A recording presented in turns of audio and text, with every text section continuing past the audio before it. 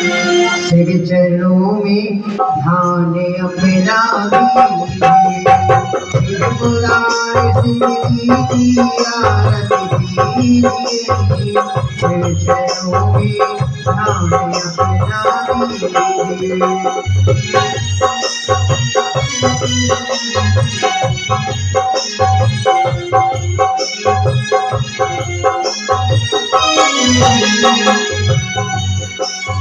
महाग्रंथ है शिव पुराण सन्मार्ग बताने वाला सब बिगड़ी कराने वाला।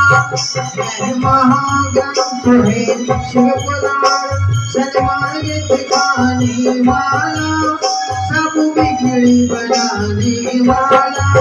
सुनते सुजान करते हैं पाप सुनते